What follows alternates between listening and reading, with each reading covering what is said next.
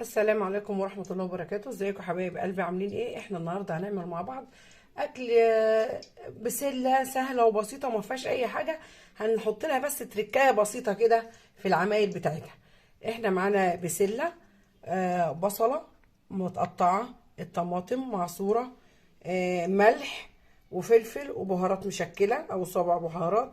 معانا توم مفروم، ومعانا فلفل، ده قرن فلفل حامي وقرن بارد، وده اختياري اللي عايزه، بس هو لما بيتحط فيها بيبقى طعمها حلو قوي. ومعانا صلصة، وهنحط صلصة انا نسيت اجيبها فهضيف صلصة. آه هنبقى مع بعض كده واحنا شغالين. انا يا حبايبي هنا حاطه الماده الدهنيه بتاعتي، تحطي زيت تحطي سمنه ايا كان اللي انت عايزاه تحطيه حطيه. الماده الدهنيه اللي تعجبك حطيها. ادي البصل معايا، هنجيب اول حاجه هقلبها.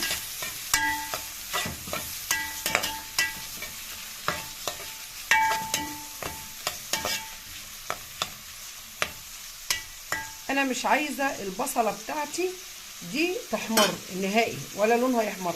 احنا هندبل البصله بس، مجرد البصله بس مجرد ما تدبل هنشوف احنا هنضيف عليها ايه تاني. اهي البصله يا حبايب قلبي، بصوا هي ولا ما خدتش لون خالص نهائي، وكشت كده في نفسها، قلت كده وصغرت. هعمل ايه؟ هنزل بقى بالفلفل التركايه الجميله الجديده اللي معانا النهارده. اشوح بقى الفلفل كده مع البصله.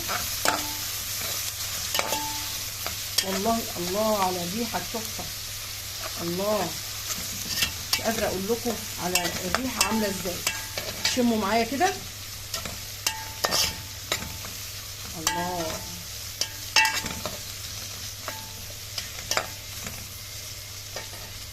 الله على الريحه وعلى الجمال. نديها بس تشويحه بس كده. هنعمل ايه بقى؟ انا معايا هنا الثوم المهروس. انا هنزل بالثوم بتاعي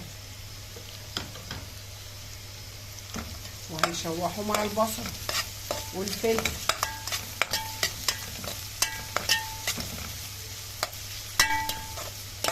اول ما نبتدي نشم الريحه بقى كده هنشوف احنا هنضيف ايه. الله يا سلام على الريحه الجميله، الثوم ريحته بدات تطلع كمان. الله عليك يا هدى، الله.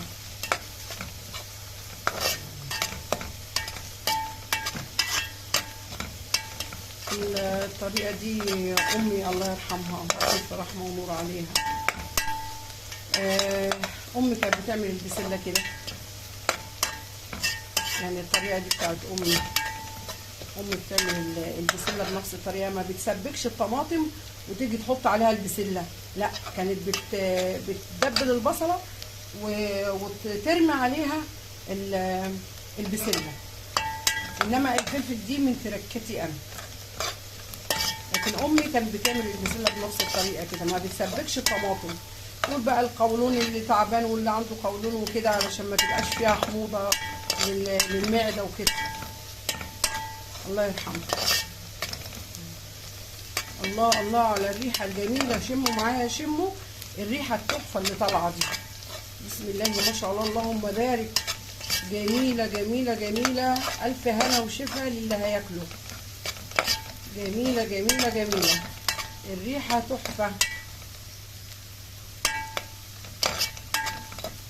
احنا طبعا مش هندي لون ليها للتومه نفسها، احنا كده شمينا ريحتها الجميله. هنعمل ايه بقى؟ هنضيف البسله بتاعتنا. بسم الله.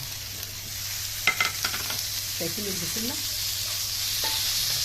البسله دي انا جايباها ومنضفاها وحطاها في الفريزر من غير ما اديها صدمه ميه سخنه، ولا زرعت ولا فيها اي حاجه. شايفين الخضار؟ بصوا الخضار عامل ازاي، يعني فصصت وغسلت وسبتها نشفت وحطيتها في كيس وحطيتها في الفريزر. سامعين؟ انا بقى اشوح البسله شويه في البصله بتاعتها، لازم نشوحها شويه. امي كانت الله يرحمها بتعمل كده، تشوحها شويه في البصله بالتومه بتاعتها، لازم تشوحها.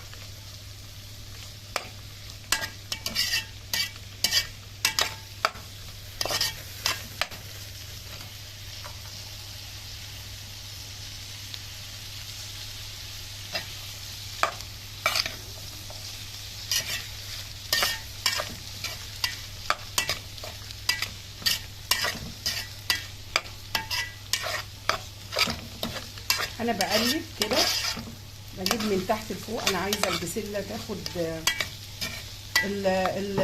الريحه والطعم بتاعت البصل بالفلفل بالثوم. سامعين الصوت بتاعها كده؟ يبقى بتتشوح هي معايا.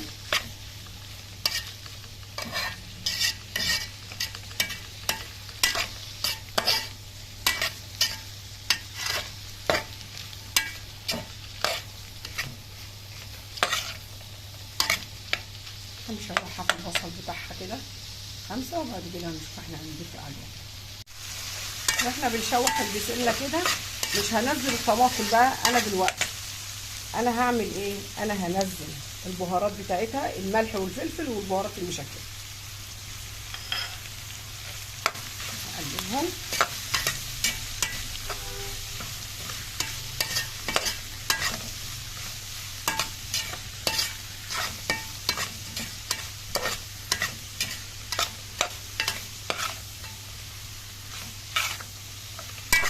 هعمل ايه انا بعد كده؟ انا عندي شوربه، انا سلقه الفراخ اهي. اعمل ايه؟ هاخد بقى شوربه. بسم الله الرحمن الرحيم.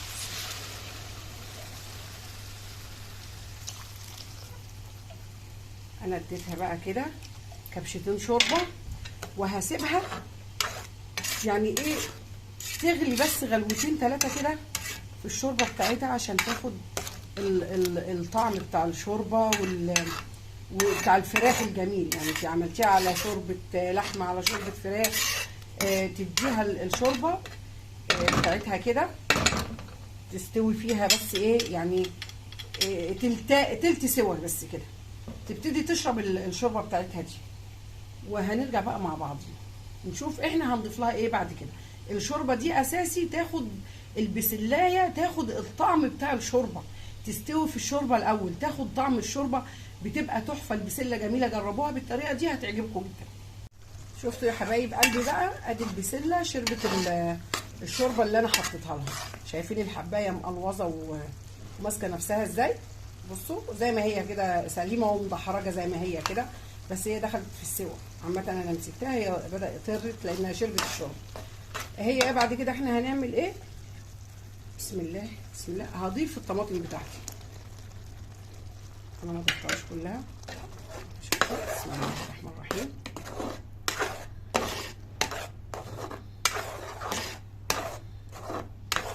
اخليها بقى تغلي غلوتين كده في الطماطم، لان انا لسه هزودها يعني شويه شوربه تاني تغلي بس كده بالطماطم غلوه واحده بس، وبعد كده هنضيف الصلصه مع بعض يعني عليها.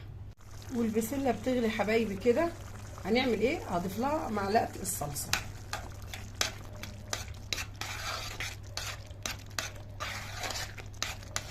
كمان معلقه الصلصه يعني غمقت اللون اهو بتاع الطماطم اللي انا كنت حطاه. هننسى حاجه عشان ما ننساش، عشان نعدل يعني نظبط الحموضه بتاعت الطماطم والصلصه دي فيها. هنضيف ايه بقى؟ نص معلقه سكر بمعلقه الشاي، عشان نظبط الحموضه بتاعت الصلصه والطماطم مع بعض. والقولون بقى وانا بطني اتنفخت والقولون اتنفخ، لا، حبه السكر دول اللي هو نص معلقه سكر بمعلقه الشاي بتعدل الحموضه النهائي، يعني بتظبطها، بتخلي يعني لا حد يقول بقى بطني ولا القولون انتفخ ولا الكلام ده. تغلي غلوتين بالصلصه والسكر، وهنزودها الشوربه بتاعتنا. واحنا في الاثناء دي بنعمل البسله الجميله دي، عايزه شويه رز بشعريه، حبه بتنجان مخلل بقى كده. انا بظبط بقى الحاجه بتاعتها. وبسلتي بتغلي كده في التسبيكه بتاعتها، احنا مش مسبكينها عامه يعني في الطماطم. اعمل ايه؟ انا هزودها شوربه. بسم الله بسم الله.